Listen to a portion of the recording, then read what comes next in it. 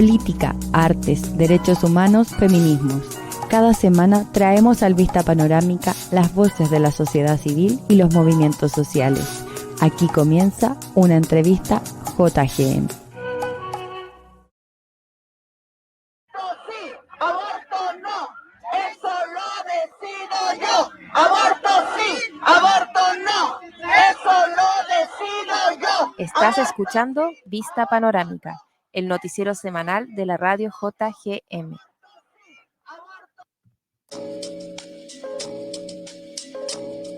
Invitamos entonces a conectarse a Xiomara Molina, ya se las presentábamos, vocera de la Asamblea Permanente por el Aborto. ¿Cómo está, Xiomara?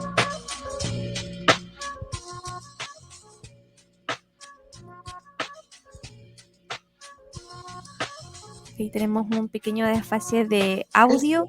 Ahí Hola, sí te escuchamos. Xiomara, ¿cómo estás? Hola, buenas tardes, gracias por la invitación. Cuéntame. Bueno, primero agradecerte por estar acá, Xiomara, a hablar un tema tan importante como lo es el derecho al aborto. Y frente a esto, te queríamos preguntar por qué este artículo podría poner en riesgo la actual ley de aborto en 3 causales. Bueno, mira, en el artículo que mencionaban hace unos minutos, no es el único que plantea dificultades o posibilidades de retrocesos para los derechos sexuales y reproductivos. Hay otro artículo que tiene que ver con la objeción de conciencia que también ha generado bastante preocupación. Respecto al artículo 16, lo que sucede es que cuando no se aprueba el derecho a la vida del que está por nacer, la derecha, de forma unida, todas las derechas, en definitiva, coincidieron y tomaron el acuerdo de presentar una nueva enmienda que quedó como, donde se cambia el qué por el quién. Y esto significa en términos prácticos que la discusión que tuvimos en el Tribunal Constitucional en el momento en el que se estaba discutiendo la ley de aborto en 3 causales, quedaría obsoleta, porque finalmente cuando cambias el qué por el qué tiene que ver con un bien jurídico a proteger, y el quién tiene que ver con una persona. Entonces, esa discusión dentro del Tribunal Constitucional podría eventualmente tomar otro carácter. Ahora, hay quienes dicen que eso no es así, que es una exageración, pero al mismo tiempo que vemos que se realiza este cambio, que asumimos que no es inocuo, sucede que en paralelo a esto también diferentes representantes y consejeros del Partido Republicano en particular han estado afirmando públicamente que su intención sin duda es derogar la ley de aborto y que en Chile se prohíba el aborto. Entonces hay una intención política que la han manifestado públicamente. Y eso asociado a los otros 2 elementos nuevos que contiene este proyecto, esta nueva constitución que se está redactando, lo que les decía, lo de la objeción de conciencia, más el artículo 16 que habla de quién, estamos en una situación de amenaza frente a los derechos de las mujeres, de las niñas y de todas las personas.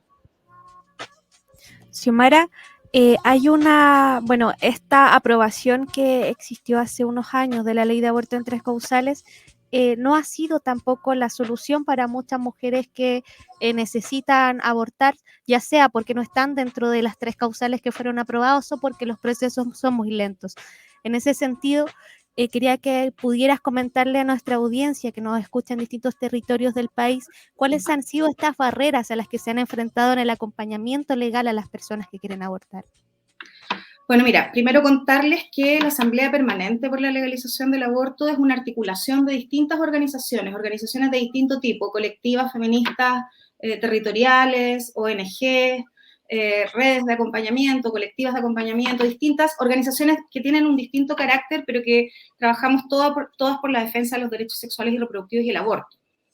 Entonces, dentro de la Asamblea hay organizaciones que son parte del acompañamiento legal en el marco de la ley de 3 causales, como Corporación Miles, por ejemplo, y también hay colectivas feministas de acompañamiento, como Todas Juntas y otras. También hay compañeras que hacen acompañamiento desde su rol de doulas. Entonces hay distintos acercamientos que tenemos y distinta información que manejamos respecto a cómo ocurre el acompañamiento en términos generales en este país, más allá de solo la ley por tres causales. Respecto al acompañamiento que realizan las tres organizaciones que están autorizadas en el país para hacer ese acompañamiento a la ley, lo que se ha detectado, y que lo hemos discutido dentro de la Asamblea Permanente, pero que como les digo es Corporación Miles quien hace esa tarea, junto con APROFA y no recuerdo cuál es la tercera. Son las tres que están autorizadas por el Ministerio de Salud. Lo que sabemos es que las barreras de acceso son las que dificultan, que primero hay un primer embudo que tiene que ver con las barreras de acceso a la ley, con los problemas con los que nos encontramos las mujeres cuando vamos a solicitar la constitución de la causal. Entonces ahí hay una serie de elementos que tienen que ver con el acceso a los servicios de salud, que tienen que ver con la falta de difusión. Hay un artículo dentro de la ley de aborto en tres causales que ha sido mal entendido. El artículo indica que no se puede hacer difusión de la ley y no se puede hacer publicidad de la ley, y lo que ha ocurrido en la práctica es que durante los 6 años de ejecución no se ha hecho difusión. Entonces tú entras a un hospital o un CESFAM en este país y hay información sobre cáncer cervicuterino, hay información sobre diabetes, sobre hipertensión, sobre cáncer, sobre una infinidad de patologías, pero no hay información disponible respecto a la prestación que se realiza en los servicios para la interrupción voluntaria del embarazo en estas tres causales. Y eso se transforma en una barrera de acceso importante, porque hay mujeres en este país que no saben siquiera que la ley existe, y las que saben que existe, muchas no conocen el funcionamiento, cuál es la ruta que se debe seguir, cómo son las condiciones en las que opera la ley, y una serie de elementos de ese tipo. Entonces, ahí tenemos otra barrera. Una tercera barrera tiene que ver con la objeción de conciencia, que en este país además adquiere ribetes bastante brutales, porque a diferencia de cualquier otro país en el mundo, en Chile se creó la figura de la objeción de conciencia institucional, que es un sinsentido para las organizaciones feministas, por lo menos, porque entendemos que las instituciones no tienen conciencia, la conciencia es un atributo de las personas. Por lo tanto, difícilmente una institución podría objetar conciencia, pero la ley quedó establecido de esa manera, y entonces hay hospitales enteros que simplemente no garantizan el derecho. Y respecto a la objeción de conciencia institucional, también sucede que ha sido utilizada sin mayor regulación y sin una mayor necesidad de argumentación. Entonces, alguien se declara objetor y se declara simplemente, no tiene que argumentarlo, no hay un proceso acucioso como existe en otros países. Por lo tanto, finalmente la falta de fiscalización de aquello y la falta de mecanismos que lo regulen lo convierten también en una barrera de acceso, porque lo que sucede en la práctica es que los equipos de salud se ven en la obligación en los hospitales de construir, de buscar mecanismos para que haya turnos donde no hayan objetores. Y eso recarga al personal de salud, recarga a los profesionales de la salud que garantizan derechos, que respetan los derechos de las mujeres y de las niñas, y tienen que terminar haciendo el trabajo que quienes objetan y como nosotras lo afirmamos, en realidad obstruyen, tienen que terminar haciendo el trabajo de esas personas también. Y entonces la falta de regulación se traduce en que puedes llegar a un hospital y encontrarte con que todas las personas que estén de turno ese día sean objetores. Lo que además está mal entendido, porque solo se puede objetar dentro del procedimiento, pero en un hospital o en un CESFAM nadie se puede negar a entregarte información. Pero como estamos en esta nebulosa donde no está claro cómo se debería haber aplicado la ley, no se entrega la información, y cualquiera, dada la falta de rigurosidad para declarar la objeción, cualquiera se declara objetor de conciencia. Por eso lo llamamos objetores. Y Gracias, Xiomara, por esa respuesta. Y les recordamos a nuestra audiencia que estamos conversando con Xiomara Molina, vocera de la Asamblea Permanente por el Aborto, y también nos gustaría preguntarte cómo sienten que afecta esta aprobación de este artículo a la percepción social o el prejuicio que se tiene sobre las personas que abortan, que es una materia súper importante también para todas las mujeres. Bueno, fíjate que los sectores conservadores tienden a afirmar dentro de los mitos que buscan instalar que el aborto genera un trauma, que hay una depresión post-aborto, que las mujeres no es su deseo abortar.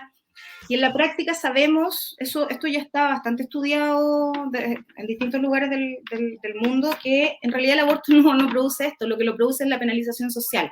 Es el hecho de que yo tenga que abortar a escondidas de mi familia, de mi pareja, que no pueda decirlo en mi trabajo, que no pueda tener un día de descanso después de un aborto, que no tenga derechos laborales al respecto, y que no lo pueda contar. Es la clandestinidad la que nos pone en esa situación.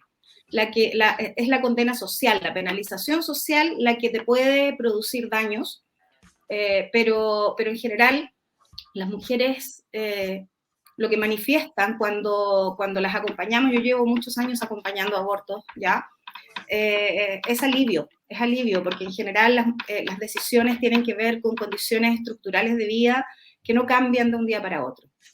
En este país las mujeres somos pobres, somos principalmente pobres, y la maternidad obligada se traduce siempre en más pobreza. Entonces, eso es algo que está muy, muy relacionado con las decisiones de interrumpir un embarazo. ¿Qué es lo que va a pasar con tus otros hijos? ¿Qué tienen tus hijos ahora que no van a poder, vas a tener que repartir entre 3 lo que tienes para 2, que ya es poco? Entonces, hay muchas cosas que son un mito, que se han ido instalando, pero que en realidad tienen que ver con la penalización social que hoy existe. Las acompañantes sabemos que las mujeres abortan en soledad, en su mayoría. Qué importante que tratemos este tema en este capítulo 25 de nuestra Vista Panorámica para ir cerrando esta temática tan contingente y siempre tan patente, esta importancia para nosotras las mujeres. Queremos hacerte la consulta en esta misma línea de las decisiones autónomas. ¿Cuál es el llamado que hacen a la ciudadanía respecto a este artículo, respecto a la propuesta de nueva constitución que sería plebiscitada en diciembre? Mira, yo creo que más que decirle a nadie lo que debe hacer, creo que lo importante, nosotras siempre hemos apelado a la información. Nosotras creemos firmemente en el derecho a decidir de las personas, y por lo tanto el derecho a decidir también se respalda y se hace carne en la vida de las personas cuando uno tiene información. La información también es un derecho, por lo tanto ese es nuestro llamado permanentemente. Hablemos, informémonos, hablemos de ESI, hablemos de educación sexual integral. El proyecto de nueva constitución no solamente tiene estos problemas, o sea, tiene serios fallos para la construcción de una democracia. Entonces, estos son elementos gravísimos, por supuesto, son amenazas importantes, pero también hay otras. Entonces, nosotras invitamos a la ciudadanía a informarse, sobre todo en un contexto en el que sabemos que durante los últimos años la derecha, no solo en Chile, sino que en todo el mundo, ha utilizado la estrategia de crear mentiras falsas, o sea, de crear noticias falsas, perdón, los famosos fake news. Para el proceso anterior, habían personas que creían que les iban a quitar su casa, que no, una serie de cosas que eran mentiras. Y esa ha sido una estrategia establecida. Hay investigaciones, hay mucho recurso detrás de esto, hay muchos intereses económicos detrás de todo esto. Entonces, no es fácil informarse, y por eso esa es nuestra primera invitación. Entonces, nos quedamos con esto último que nos dices y con las valiosas respuestas que nos has dado durante esta entrevista, Xiomara. Agradecemos desde la radio JGM siempre la disposición de las organizaciones feministas a justamente esto último que dices, a informar, a entregar más información para que las decisiones vengan desde esa base, ¿no? Y también desde las autonomías individuales, desde la misma autonomía del cuerpo que se defiende con el derecho al aborto. Así es, siempre vamos a combatir esto con información, que es lo más importante, y por eso te damos las gracias, Xiomara, por estar aquí presente y darnos estas informaciones tan importantes que nos entregaste. Muchas gracias. Muchas gracias a ustedes. Que tengan buena tarde. Igualmente a ti, Xiomara, y a todas las personas que nos escuchan en cualquier horario en el que estén llegando a este Vista Panorámica. También queremos terminar este